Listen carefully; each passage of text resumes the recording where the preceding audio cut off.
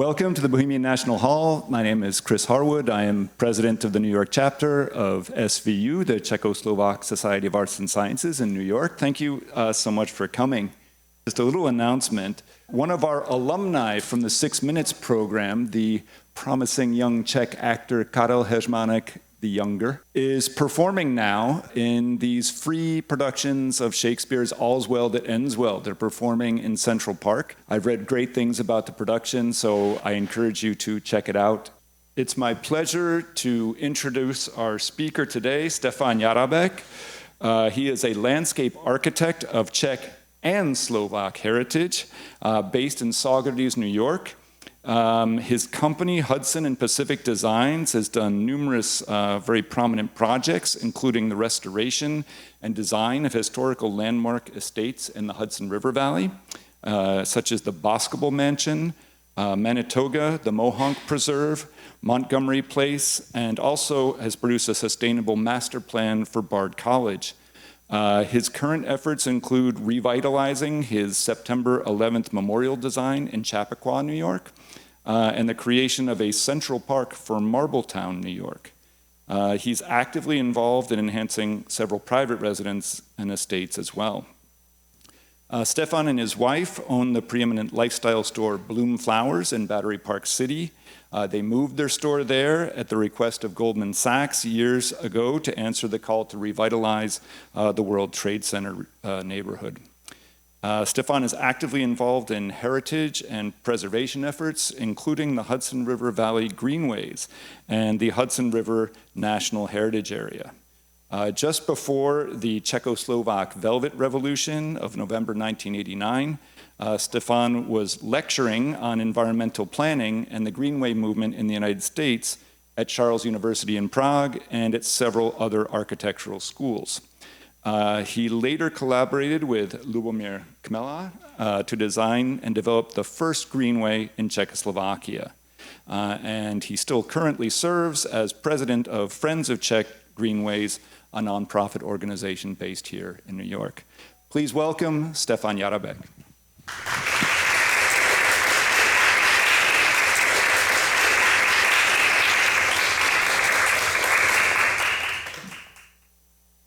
Thank you very much. Actually, it was the first Greenway in Europe.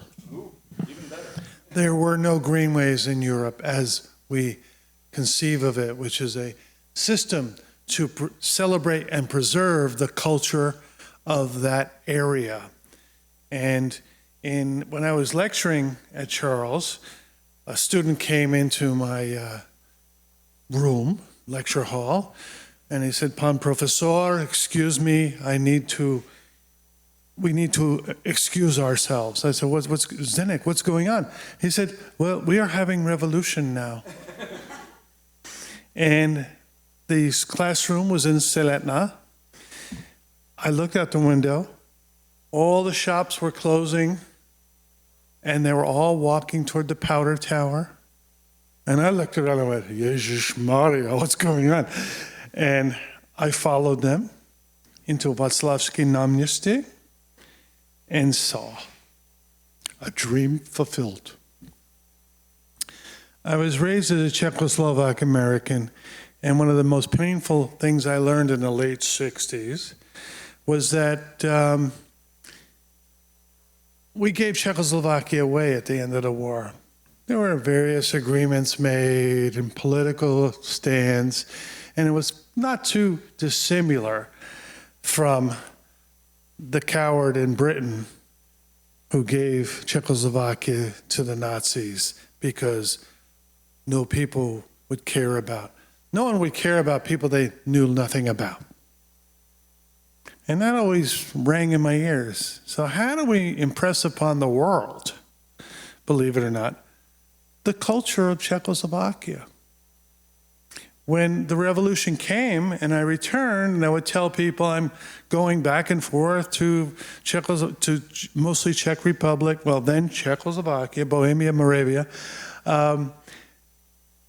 they'd say, "Oh, so isn't there a war going on there?" I said, "There's no war." "Well, we heard Yugoslavia's having a war." So because of the 50-year freeze no one knew much about our land, despite all the great accomplishments. So how do you create a spirit and an openness? We were rewarded in 1989. The slide on your right is, of course, the manifestation, as my friends called it, in 1989, November. The slide on your left is actually from May 1990, when I was asked to come back to continue my lectures, which were so rudely disrupted. So I was back there for the May Day when we returned the King of the May to Allen Ginsberg. But the most powerful thing for me, as a foreigner, I had great admiration for Dubček. He was not the Velvet Revolution, he was communism with a human face. It started to give us Americans hope that maybe things would change. And how powerful for these two gentlemen to get together after one imprisoned the other. And that speaks to the soul of President Havel. And so it really was as if we awoke from a deep sleep after 50 years. Our Hudson Valley Rip Van Winkle awoke after 20 years. He went to slumber in the Catskill Mountains when there was a King George, and he came down from the mountains when there was a President George Washington. And that tells the power of time. And we really need to embrace the story of our lives. Stepping back, when I was lecturing, I talked about this whole concept of greenways, and I was very passionate about landscape preservation. Well, Lou actually was born in Baghdad as a Czechoslovak citizen. The family was from Zlín, and then he was raised in Nairobi. And his father, Josef, sheltered many, many Czech Jews and gave them freedom in Nairobi. My understanding today that there is a large Jewish population in Nairobi, Czech Jewish population. So these are the dreams that people embrace, and Lou was a dreamer. And his wife, Tiree, was a great partner in crime. They thought, well, now that we're free, let's go there and propose, and he got the Rockefeller Brothers Fund involved. Let's create a greenway out of the Iron Curtain. Now, Lou was an engineer. This is a 2-mile wide swath of land with trails and everything. A perfect greenway, a perfect recreational system. They had a few meetings in Prague, and they were politely shown the door. The Czechoslovaks did not want to memorialize the Iron Curtain. They said, we want it to go away. And thank you for coming. He returned to the States, and David Sampson, who was with the Hudson Valley Greenway, came to a meeting where I was proposing a greenway up in Putnam County. And at the end of the meeting, he turned and he said, have you ever been to Prague? I said, yeah, I was there 3 years ago. They talked about you. They kept saying this, Stefan Yarabek. Now in America, I'm Steve Yarabek. So we put it together. He put me together with these beautiful people, and we became a family. And the whole idea was the Hudson River Valley is one single greenway along the Hudson River. And any of you who don't know it, the whole intent is to preserve the countryside, preserve the culture, provide recreational opportunities, but mainly preserve the bioregion or the ecology that we all share before it's too late. Our supporters were the Rockefeller Brothers funds in the very beginning. Lou was an engineer for them, by the way, so he had an in. And the Trust for Mutual Understanding, the World Monuments Fund, the Crest Foundation, the American Express Charitable Foundation, the German Marshall Fund, remember, they're still around. And the prime sponsors were the Hickory Foundation, Virginia James, who's a Slovak-American became very impressed with what we were trying to do. And the Bay and Paul Foundation, David Burry, was their officer who fully supported these projects. So what do you do? We didn't have a single river from Prague to Vienna. And it was very important for Lou. It was very insightful. We should create a system that links to Vienna. Because the revolution just happened. They thought we were Yugoslavia. And people knew Vienna. And they knew of Prague, but they weren't necessarily they would say, oh, is it really safe? So we created a linkage of these communities from Prague to Tinec na Zažavu, Konopište, Tabor. What the idea was to find really unique places of place character that could be a draw for people to come out of Prague, have them come out of Vienna and meet the people in the countryside. I remember when I first went to Czechoslovakia in 1979, I drove from Prague to Bratislava, and I remember seeing people hand scythe the fields. And when the revolution happened, and I'm standing there at Charles University, I'm saying, oh, this is great. Oh, this is really bad. The capitalists are going to come. So we wanted to create a system that could inspire people to know that they could sustain preservation economically. The very first days when we were working, there was some resistance. There was kind of like, why are you doing this in Czechoslovakia? They're a suspect. What's in it for you? And I would say within 6 months, a guy from Poisdorf comes to our office. We were in Valtice. Okay, the trail's all set. We built it. And here's our invoice. And we're like, we don't have any money. But he said, why did you do this? You don't understand that the Weinviertel was in the Iron Curtain. Think about it. When you see Austrian wines, even today, they come from the south of Vienna. And I'm here to tell you the wine north of Vienna is even better.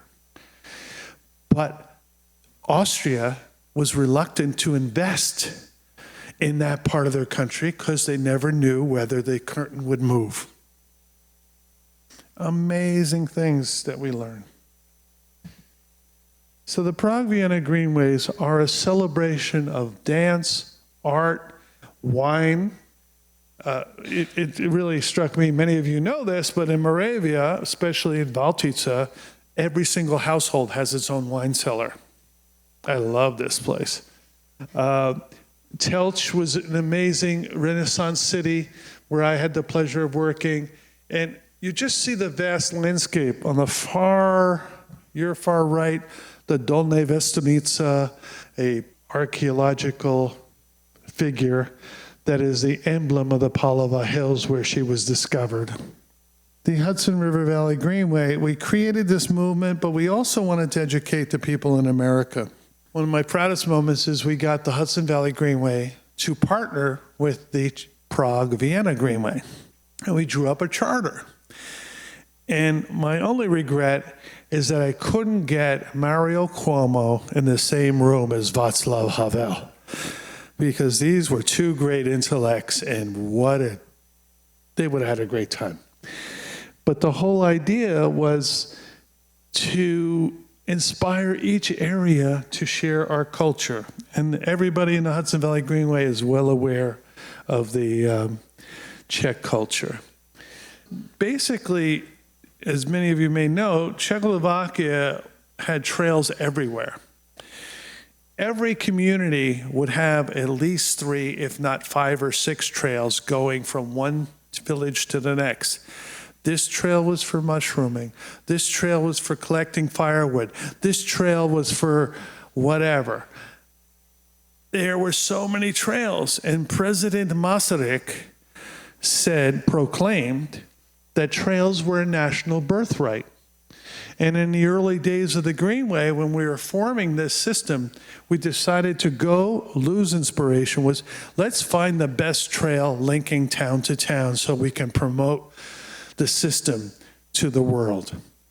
On your far right, the gentleman in the cap was Mayor Krejci of Sedlec Prčica's father. He was a first Republican. A project that I wanted to do, which did not get support, was to interview all of them so that we wouldn't lose it. Because 50 years, they didn't exist. He was a true Czechoslovak. We took the flag of each municipality, this is Vienna, going to the next town, to the next town. We exchanged flags until we got to Prague Castle, where the Austrian flag was also part of the final exchange. So how do you map the trails? Well, you put me on somebody's shoulders and we put our emblem on the various signs along the way. And in Valtice, this is the border pavilion. It was right near the Iron Curtain, so everything was overgrown. And we wanted to conserve the pavilion. And I was told by the chief preservationist, historic preservationist, that there's no way you'll get to open this field where we found rare alpine flowers, which needed sunlight. So I went, hey, you got to go to the Department of Environment. So I went to the Department of Environment and I said, these flowers exist. Where did you find them? At the colonnade.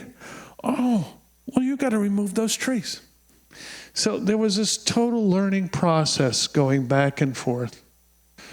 And these are the mayors in Albany, where we had received the signed document from Governor Cuomo. And it was, and again, it's all about cultural exchange. When we first arrived in the United States, in New York, we picked them up at JFK. The first night we were putting them up at the hotel at West Point. The bus arrives, it's about 10 o'clock at night, and there are the military outposts on the road. And three of the mayors jump up. What's going on? What are you doing to us? And I said, no, this is normal. But that legacy of 50 years was pretty strong. So when I spoke earlier about the charrette, we would get people from around the world to sit with our compatriots to figure out ways to revitalize these great monuments that were now part of the government. How do you sustain a great mansion? Well, Bill Cecil, who's on your left in the middle of the table, he ran Biltmore, which was one of the most successful private museums in the United States. And he laid it all out. Well, this is what you're going to need to do. This is your marketing. So there was this whole education process. And I have to say that we came in with this whole idea that we were going to save everything. Well, they didn't need being saved. They knew what to do. After 50 years under the Iron Curtain, they knew exactly what to do. We produced 2 volumes, one on Valtice and one on Letzice, which gave a blueprint for how to maintain and bring these things to the public eye. In Telch, which is a great community, these are 13th century ponds that surround the UNESCO landmark of Telch. The ponds they had, I would say in 1988, completely dredged the ponds, completely restored them, and all of a sudden they were finding they were polluted again and the fish were dying. And I happened to be there and they said, well, can you look at this? What can we do? And I went out into the fields, and there's Mayor Jelička, who's presently his long-term senator in Czech Republic. I said, let's create a trail to the Svatý Jan Chapel. The first chapel built to Svatý Jan Nepomuc in Bohemia was built here. And I said, that's a destination. We'll get tourists out there. But as I went there, I could see streams. So I came up with a plan to restore the streams and the agricultural fields, to create plantings to filter the agricultural fertilizer. I said, that's what's killing your rybniks. You need to create an ecological system to filter this. And so, and that was I went to USAID and got money for that project. So, we went to go anywhere we could to get money to do these projects. You have this network of trails, and it's not just our Prague Vienna Greenway anymore. It has mushroomed, but along our Greenway, people became proud of their place. In Szrebon, the Rosenberg Civic Society decided that they really should have a museum about the peasants and the emigration of the country. And it's become a very popular museum. The Nagels Trail was done in Telch, and there's a plaque installed in Telch. Nagel was a very fine watercolorist, landscape painter. He was from Telch, and in 1943, the Germans gave him a visit to Theresienstadt and then Auschwitz. So we celebrate him. I don't know if any of you know Grossel. Do you know what that means? He was sort of the rogue Robin Hood, very much a rogue.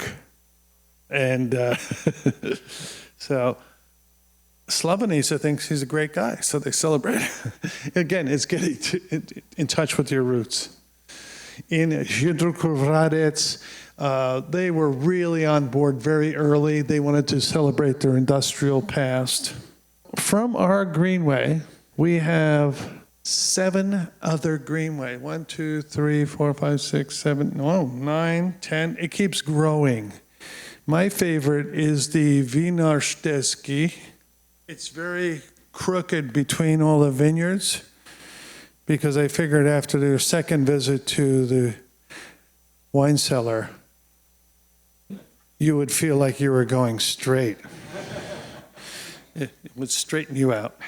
The whole idea of sustainable tourism, again, we were looking at a trail system, and a large part of the system has since been adopted by the Czechs as a bicycling venue, which is entirely appropriate. But Tomáš Leskobian from Mikulov really got into this, and he's been promoting biking and walking, mostly walking tours now. He got tired of running the vans with the bikes. Teresa Lvov has ended up going to Kudu Travel. They are one of the foremost Greenway or travel companies in the world. They do luxury tours, and she was very active with us in the early days of doing our tours. Our second idea, or a second idea, because there's so many ideas, is the herb garden. You saw a photo of Tiree earlier. She identified that near the Valtice the chateau, was an open area that basically was used as a storage yard. And she said, we should put together an herb garden. And you'll see her herb garden in its fruition on the right slide. But within the area, it's important to understand that Valtice Lednica is the largest design landscape in the world. It is a UNESCO landmark. It was designed by the Liechtensteins for several hundred years. In Lednica is the largest collection of North American trees outside of North America, and they were imported in the late 1700s, some of them from Jefferson, some of them from Bartram in Philadelphia, and even Downing in the Hudson Valley.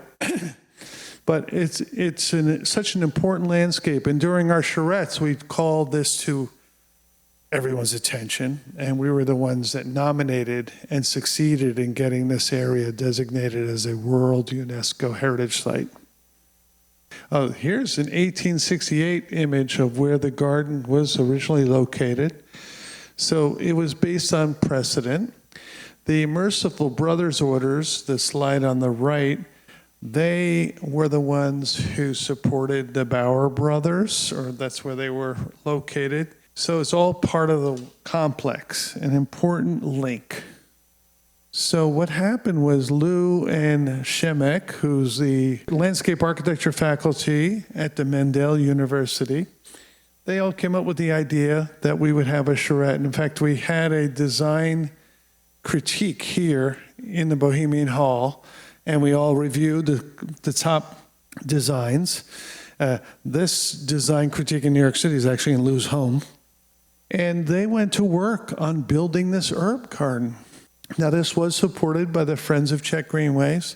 It was supported by the Bay and Paul Foundation and from Virginia James. So a lot of people, we got them excited. And part of it was to support students, to expand their education.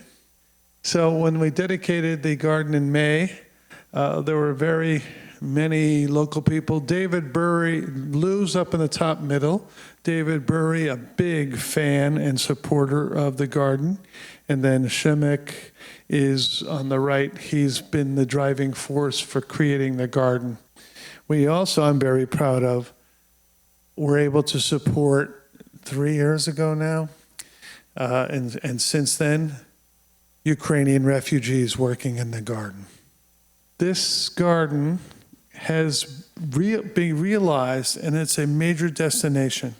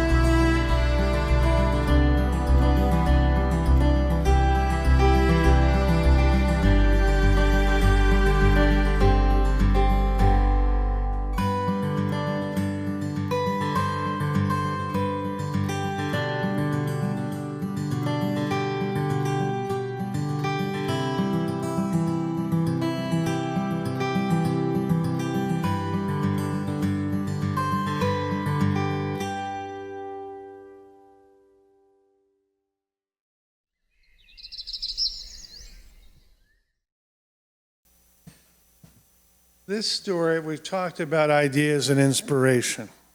And none of this is possible without a captain. Someone who steers the ship, who keeps us afloat, and is genius in creating new stories. This captain came across the Bauer Brothers, which Tiree had sort of talked about when she was alive. And this captain said, "What? This is a great story. This is a great idea. The Bauer Brothers." And we wouldn't be here if it weren't for Suzanna Halsey.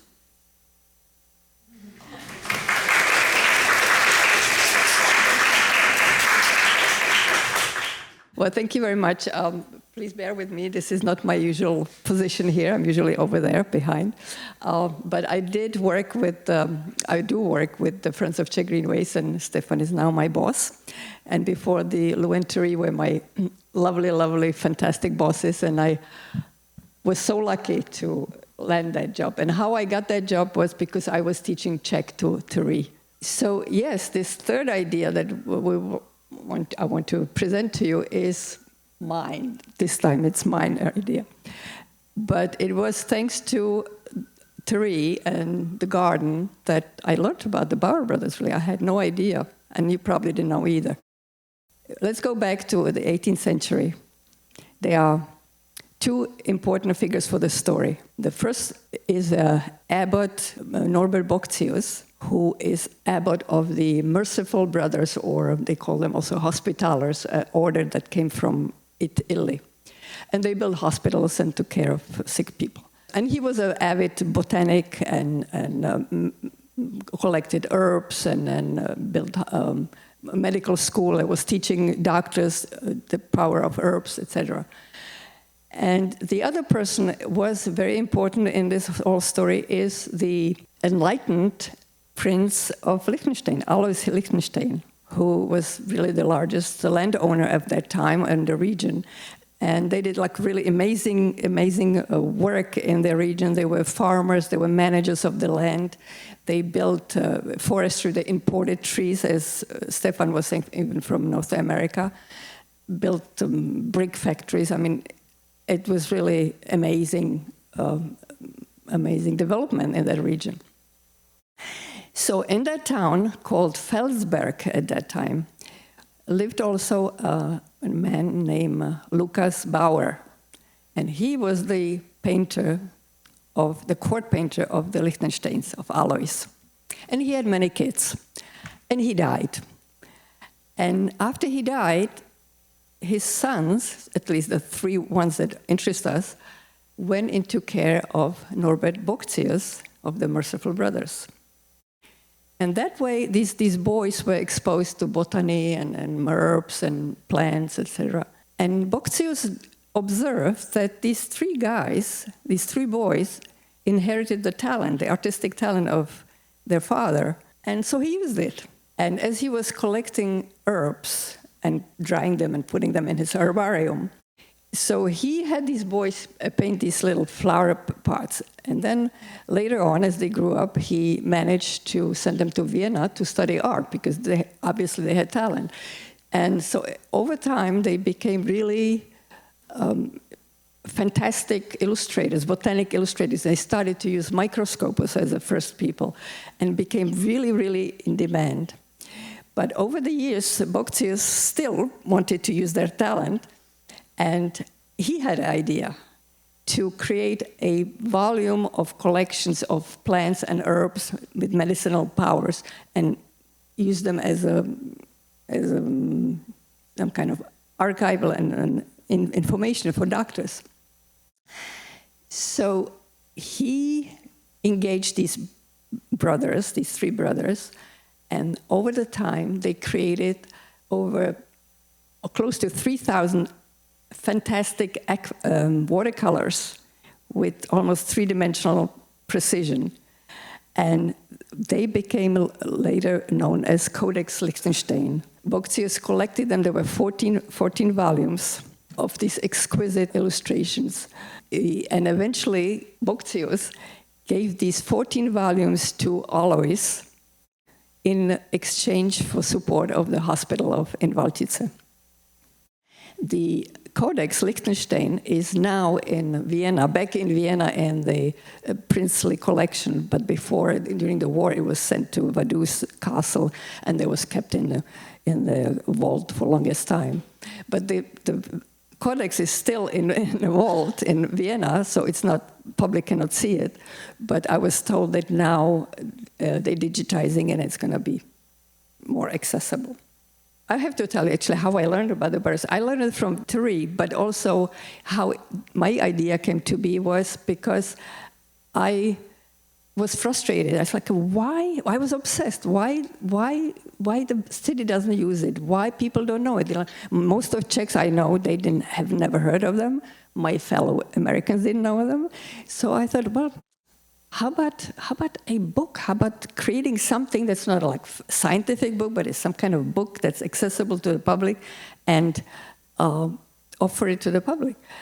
And I approached my friend Peter Sees and Markéta Pilatova, accomplished writers and illustrators in the Czech Republic. They were all very interested, and it's like, whoa, this is a great idea, but, the logistics and the money, that was beyond my capacity to handle. So the COVID came, and then we were still pondering of this idea, and then I knew of this fantastic artist in Valtice, who also was teaching art, and she was actually conducting programs in our garden with kids called Painting with the Bauer Brothers. And it was amazing program because the kids were exposed to scientific observation and art. And the programs were also for adults as well. So we started to talk, and I was really excited that she accepted my idea and was willing to work with me. And so she recruited her best 4 students, who by then became high school students, and we started to work. And so there was a lot of exchanges and a lot of ideas. And then we also approached Professor Leck from Berlin Botanical Garden, and he was excited. He said, oh, this is great. And so he actually offered to consult on the project and even to write a foreword. So, and by the way, he's going to actually give talks about Bauer Brothers in Valtice in June and in October at the festival. So the girls did actually very extensive research, and they worked really hard. And it was really exciting because to see the subject through their eyes was really what we aimed at. That it's not like some scientists, but like young people approaching this topic. And they were thrilled when they actually were allowed to go to Vienna and see the Codex Liechtenstein, the original. They were allowed to see it. This was like really thrilled with their lives. And they also managed to go to the National Museum in London and see the originals of the Bauer Brothers. So this is a sort of shot of work in progress, how they were approaching it. And it was really exciting work to see them grow and research and adding. They enjoyed it, and they really grew. To circumvent the fees for the original from the Codex, the girls started to draw a replica of it, right? So this is the original, this is the replica the girls did, and it's in the book, actually. And since there were 4 girls, and they all contributed to the book, of course, the styles were 4 styles, right? So some people might criticize, okay, the book doesn't have one style of paintings or drawings, but okay, forget it, these are 4 girls doing the stuff. And I thought they were very talented. And they also included, since the young people, they like comics, so they created comics sort of capturing their trips, their research, and their travels in finding more information. And also included in the book are the QR codes, which the reader can travel to a place where you find more information about the Bauer Brothers, or find the collection to the museums, etc. This is the sample of the page layout. This is one of the Franz.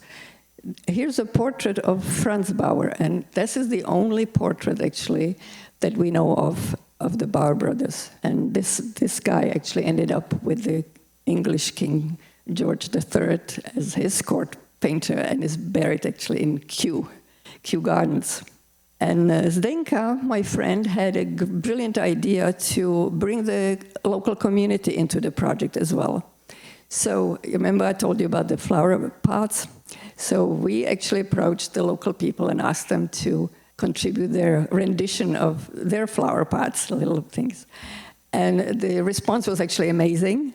And we had an exhibition in the local library, and then the flower pots made it to the book. So these are the 2 pages in the book as they will be appearing in the book.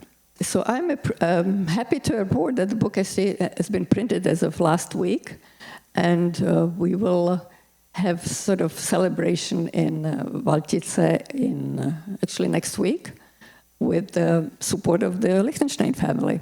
And hopefully we raise another $5,000 to have an English version. This just was published in Czech. What is also exciting that in Valtice this year, there's a very important music festival, International Lednice Valtice Music Festival.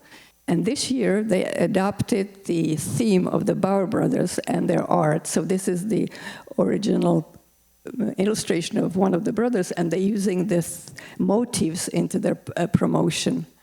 And during the program, they will have also several talks on the Bauer Brothers.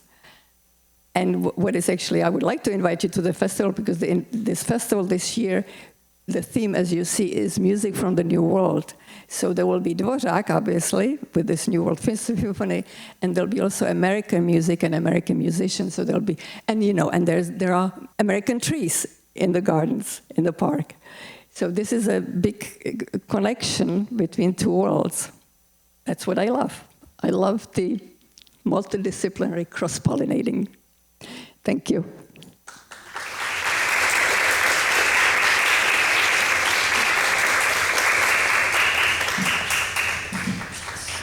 So if you have any questions, we are ready to answer them. Stefan, you've been talking about, the Czechoslovak, this and that, but we clearly are seeing only sort of cooperation from the Czech Republic.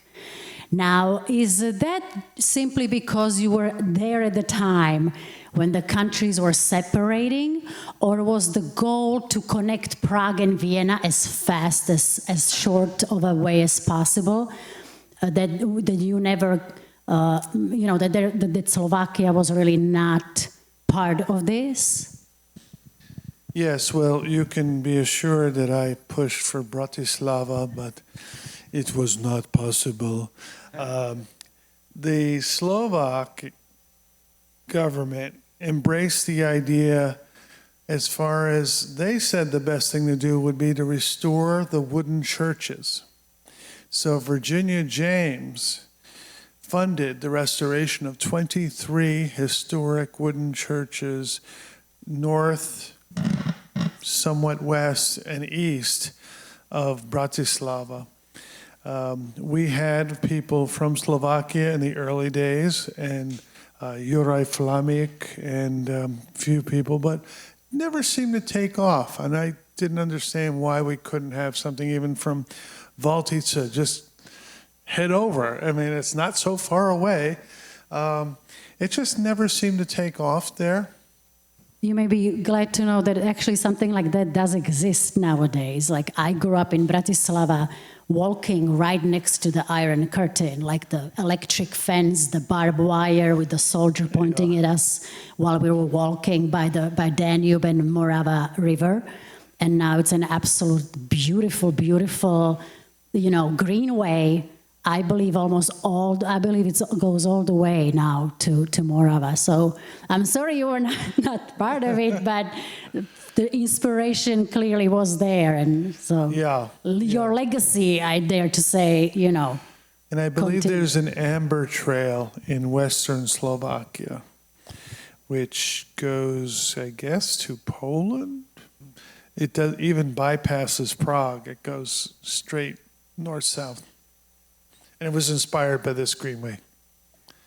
Well, actually, in 1996, the Prague-Vienna Greenway became a project of Nadace Partnerství. Did we talk about Partnerství? No, we didn't. Nadace Partnerství in Brno, which was the largest environmental foundation, also supported by American foundation, especially the Rockefeller Brothers Fund. And they took up on the Prague-Vienna Greenways, but it was an inspiration then to the others, and it grew as Stefan was showing the map of Central European greenways. It sort of exploded, and there were greenways in Slovakia, in Poland, in Bulgaria, and they had their own units, greenways, environmental partnerships. It was fantastic time. I mean, it was so inspirational. You know, everybody was excited. We were talking to people on the ground, and they were, yeah, let's. And what Lou and Tiree brought and was the you can do it attitude, right? Because the Czechs and Slovaks and Poles and, you know, the post-communist countries, they would say, donate, you know, I don't know, no, don't donate. So it was like, why not, you know? Well, it was pointed out to me in Telch. I gave a presentation about the Svatý Jan Trail, and twice as many people in the room. Any questions? No. Did you have any questions? Finally, one First Republican stood up in the back. Stefan, thank you for giving us back the land of our fathers. He's such a Slav. And, you know, and then later, Mayor Jelička, now Senator Jelička, said, don't feel bad. You have to understand, for 50 years, if Pavel stood up and said the sky was blue today, and the next day the government said the sky has always been red, Pavel would go bye-bye. Ideas were not embraced. So it was a big learning curve. And the other thing was very poignant for me. I made a very dear friend during my roots journey, and he was just an amazing man. He was the chief architect of Prague. He was responsible for Prague and its condition in 1989. He had held it together all these years through one way or another. And I kept engaging his grandson and his children, like, well, Valtice, Stefan, you know more about our country than we do. And I said, well, come tour. We want to go to Thailand. We want to go somewhere else. And then realize the reason why a lot of people didn't know what was going on in Valtice, Lednica, it was the Iron Curtain. Only dissidents were sent there. And boy, did we have fun with them. You know, also, I forgot to tell you, sort of my story was that I believe that I was so lucky to work with Lou and Tiree, and I believe that we sort of continue in their mission or the legacy, in the sense that what they were saying is to the local people, they say, you guys appreciate what you have, preserve it, and share it with others, and that's what we try to do. Yeah. And for me, what's interesting is that when I lived in the Czechoslovakia under communism, I didn't know these places. I didn't care. I got out, and all of a sudden, thanks to them, I started to discover these places and appreciate them and be taking pride in it. So sometimes you have to step away to see the value. Hello. I am here because I'm in the travel industry. Is there established a route now, established program that we can perhaps offer to our clients in terms of the herbs and spices of Prague? Considering it looks like it's a very promising. Yes, there are actually, we mentioned two of the tour operators that you saw on the slide, the Kudu Travel and Tomáš Leskevan, the Greenways Travel Club. Those were the ones who worked with us. That's why we put them in a slide, because they were at the very beginning of it. But now there are zillions of tour operators taking people on the trail between Prague and Vienna. So you can just Google it and then you find it. And find any tour operators, and locally there are tour operators. And then actually Misha knows about them, and we had several presentations with them. There are private tour operators, and then there's also this foundation, the Environmental Foundation, and they also offer tours. but it's a little more difficult because it's non-profit and, it's like, but what we missed is now that our tour operators, Leskovian, he would take people to the communities and present the tourists, which was like really great experience for them to meet the locals and share their initiatives and maybe donate money. That sort of doesn't happen now. Now it's, especially the bikers took over and then they zoom through, just check the kilometers. So the cultural tourism is special, right? And only special tour operators handle it right. And those two we mentioned, they are excellent. So if you want to, I can, get them in touch with you. So just a follow-up question, Zuzana. Those tourists that you mentioned, are they mostly Czech people or are they mostly foreigners? Well, that's an interesting question. So the people we mentioned, our friends, they actually serve a lot of American clientele. Otherwise, Czechs go on their own. Mm-hmm. The tour operators handle the foreigners. There is a lot of American tourism on the Greenways. But the problem with the Americans is they don't have time. Yes. Right? Because to bike the whole Greenway takes at least 10 days. Sorry? That's actually an interesting point, those river cruises. I was once at this Czech tourism, at Javits Center when there is this big convention. And we were trying to promote that region overall, like Valtice, Lednice. And many people go on those river cruises on Danube, and then they do a one-day trip to Prague. And there's no way they are also going to go there because that for them is even more. So they do a cruise, then they do Prague, maybe Vienna. But they for those mainstream tourists, for people who don't want to go further, it's too far from Prague even. So if they want to they ask anything close to Prague, they maybe do Kutná Hora or Český Krumlov. That's still doable 1 hour. But this region is way too far from Prague for them to do in one day. That's the maximum time they have. But it's close to Vienna. It's an hour from Vienna. Yeah, it would be much better to market that as a trip from Vienna than from Prague. Yeah. Actually, our friend, he did market it as the Vienna-Prague Greenway. Mm-hmm. But it is interesting. We're in touch with the Czech councils here in the United States. And every time they go there, we say, okay, let's put a program together. You can go here, here, here. Too far from Prague. Mm. We don't want to do it. Well, your job as a Czech council is to promote the country. Not spend time in a pivnica in Prague. But so it's a challenge, and there can be very meaningful tours linking those places. If you had any ideas, we'd be happy to assist. It reminds me, in the early days, we brought Mimi Sheraton there, and she toured Valtice and Mikulov, and she had been into Prague. And she said, they have a gold mine.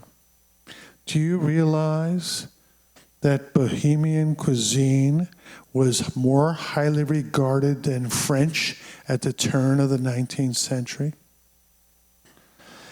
They have to get back to their roots. Because she was not impressed in 1990 with the food in Bohemia, Slovakia. It was...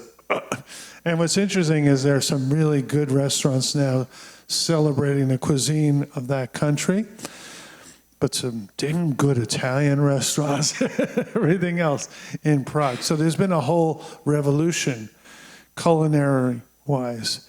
And you could go and visit where they're harvesting the food. The whole Valtice experience with the wine trail is just a mind blower. To go into these wine cellars and see the fruit of that land, and it's a unique wine. You can't get it anywhere else. Limestone cliffs, it's a very unique wine. Yep. Okay, I had one more question. Or do you still want to answer? So my actual question was, it seems you went pretty quickly from like drawings and the book to like having it printed out. So who did it for you? How did that work out? Did you find a good publisher, or is it like a commercial thing, or was it like somebody sponsored that? It took 2 years for the girls to create the book, right? To create the drawings and research, etc. And this is a very low budget production, but I think it's going to be high quality. And so basically we are self-publishing in Valtice, and the Liechtenstein Foundation is covering the printing for the Czech version, and we fundraising for the English version, which will be localized, I'm sure, the translation. But it was pretty quick, I think, considering that the girls had to study and they had to do, admission text for universities, and they had schools, and she had full-time job, Zdenka.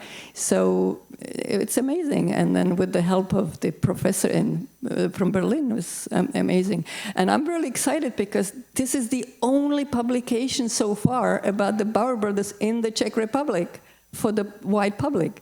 Yes, there is maybe some article somewhere in, specialized archives, but this will be really pushing the information onto the public and on the town. And I forgot to tell you also, when we were working on it, we called a town meeting with the doers of the Valtice town.